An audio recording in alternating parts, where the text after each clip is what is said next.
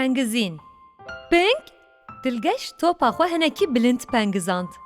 li parkê tu kes neşiya ku topê bigre. Top pêşî di ser karkerekî re pengizî.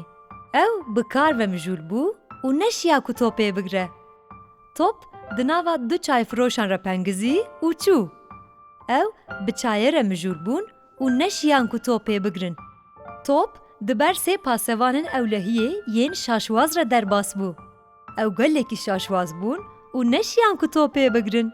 Top di ber çar paqişkerên kelecanî re pengizî ku erd rêş dikirin. Ew gelekî kelecanî bûn û neşiyan ku topê bigirin. Top di ber 5 bexçevanên xwêdandayî re derbas bû. Ew gelekî bixwêdan bûn û neşiyan ku topê bigirin.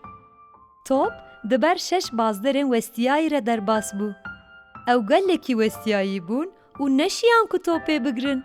Top di ber 7 gulfiroşên xeberdan hez re derbas bû. Wan gelekî xeber dida û neşiyan ku topê bigirin. Top di ber 8 elektrîkvanên tirsiyayî re derbas bû. Ew gelekî tirsiyayî bûn û neşiyan ku topê bigirin. Top di ber 9 nampêjên sist re derbas bû. Ew gelekî sist bûn û neşiyan ku topê bigirin. Top di ber 10 wêne sazên behitî re derbas bû. Ew gelekî behitî bûn û neşiyan ku topê bigirin. Ping